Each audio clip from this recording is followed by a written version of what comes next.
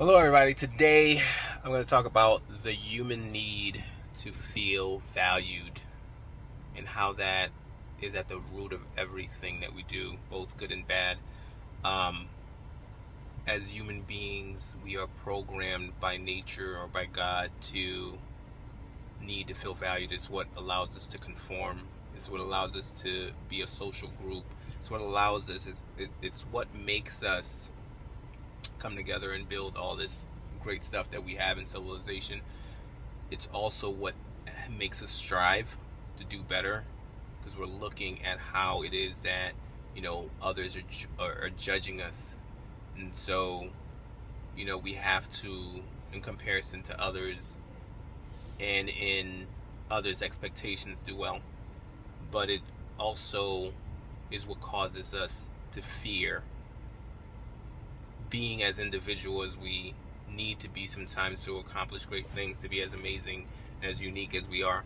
And so that need to feel valued by others is what causes the fear of judgment, which hampers us from a lot of different things. But it is also that need to feel valued that has us basically identifying with, for example, an argument that we're making, which is based almost entirely on opinions. Like nowadays with information at our fingertips, like you could easily Google stuff, but like when we identify with our opinions and our arguments, is because we're saying, you know what, I'm worth something. You're not better than me, I'm worth something. It's the same thing that actually that prevents us from learning. Like, they talk about the growth mindset, and most people are aware of the idea of the growth mindset. People who believe that they can learn anything. The fact is, I think, and then they separate these two between growth mindset and the rigid mindset.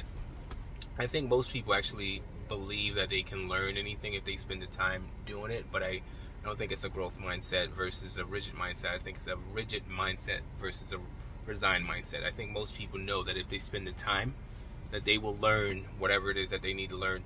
The issue is that they don't want to spend the time because they don't want to be judged as being less than, because they're identifying with what they know as what their value is. And so if you're a resigned person, you're probably one of these people who didn't understand whatever was being taught earlier on, like math or whatever, and you're like, okay, math is not my thing. You've resigned yourself to not learning it and spending the time that's required because somebody else has some kind of inclination to learning it. Or you might be one of these people who are rigid because you happen to you understand things really quickly, or that math came really easy to you and you were praised, and so now all your value is based on what you know. And so now when you get into a situation where you don't know something, you become rigid. It's like, you don't want to have any kind of criticism, because it's like it's saying that you don't know what you know. It's these people that have a lot of potential, and I've noticed this actually within myself. I was able to recognize it because I saw how I work with my daughter, who she's an intern, both of them are interning, and we're having them do some marketing stuff for these things that we're doing. And my daughter's always like willing to work, like, let's do this, let's change it this way. And my son, who things came easy to, seemed to be more reluctant. What, you told me to do it this way, this is how it is, you said it right. These are the same people who they don't see themselves as identifying with the value. Like when you're arguing with somebody, you don't see yourself as identifying with that argument.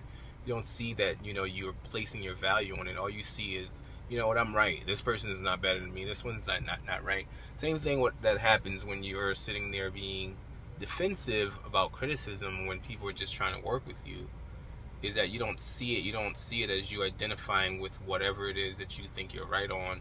All it seems to you is that, this person hasn't communicated this thing well, and they're making me do a whole bunch of work that's not necessary.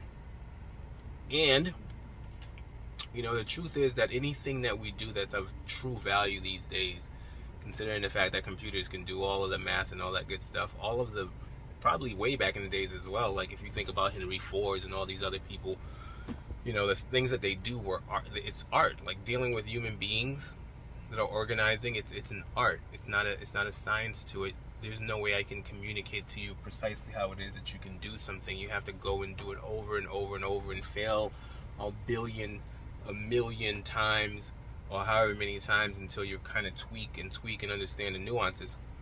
And that's how most important things are. It's an art. And so if you are a person who is rigid, you're one of these people who does not want to do the work because you don't want to seem like you're less than the value you've assigned into your own head.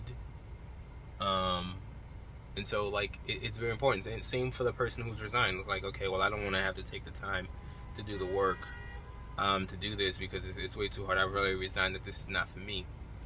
Same value situation. I mean, you still have the concept of work being tiresome and boring and all that good stuff, and all we're doing is looking for dopamine hits. That's why we're on Instagram and all that good stuff. It's still tough, but I think you know, most people, if they do have that sense of desire, they don't learn long enough because they don't want to spend the time having to deal with feeling less than, you know, feeling like they're not as great as they are. So when people talk about, you know, you are enough, you're great, that stuff is really necessary, but I don't think it's broken down so that they understand why it is that that's important. Because, you know, you can say, yeah, I'm great all day, all day long and all that good stuff. If you don't truly believe it, or if you don't notice when you slipped into feeling less than and are acting on it when you're being criticized and saying, and not coming prepared to learn, you know, it's going to be a losing battle because you don't even know what the enemy is. And so it's important to understand, okay, yeah, you're still capable. You know, I just recently posted something.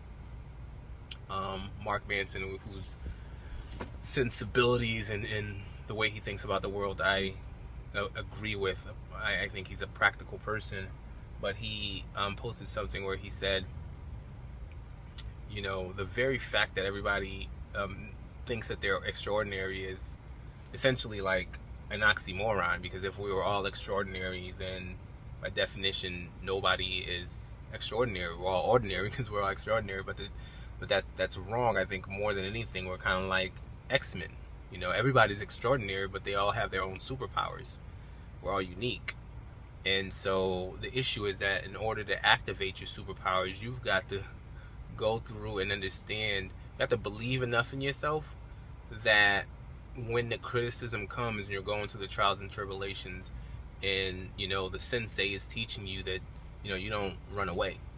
You accept it, but that mindset first has to get there, that you know that this is what's necessary. This is what is, you know, this is a prerequisite to getting there. If you come with that attitude, you don't give up. You spend the requisite amount of time that is required for you to get your superpower. In any case, so that's that. But you know, that's the getting the work done, because a lot of people think people don't want to do the work, and in fact, there's a lot of people doing a lot of hard work. You know, working 9 to 5 or whatever. You know, manual labor and all that good stuff. They'll do the work. It's just they don't want to do the new work, because the new work requires them to evaluate again whether or not they're worthy. They're, you know, they are good enough to learn whatever it is that they have to learn. So there's that, and then, you know, there's the getting an object that is at rest, you know, in motion. You know, an object that is at rest tends to stay at rest. An object in motion tends to stay at motion. So if you're already doing the hard work, it's really easy. You're already in motion. The hard work that is not new, you know, it's routine. You're already in motion. You can do that real easy. If you're at rest, though, meaning you haven't been doing the work, it's hard to get you moving. And the only way to do that is through desire.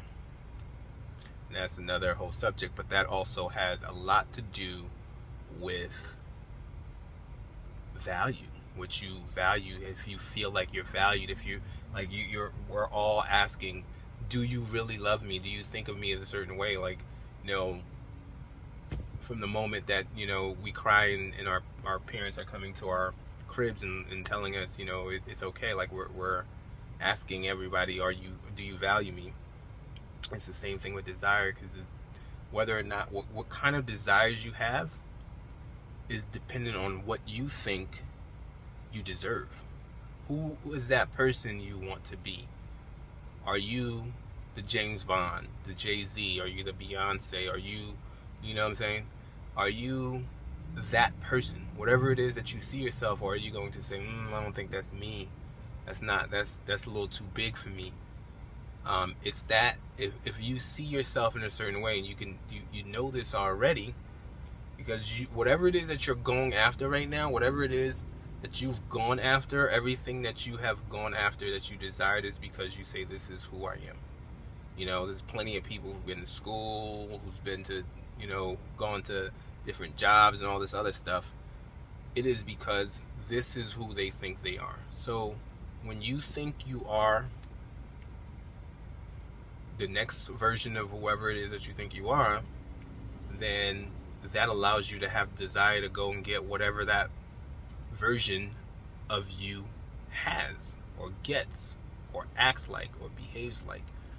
And so that's the first step. And now once you get it, are you going to be deterred by the fact that you haven't accomplished those things yet? Or if you truly believe that that's who you are, now it's like, all right, I've got to go and learn this stuff.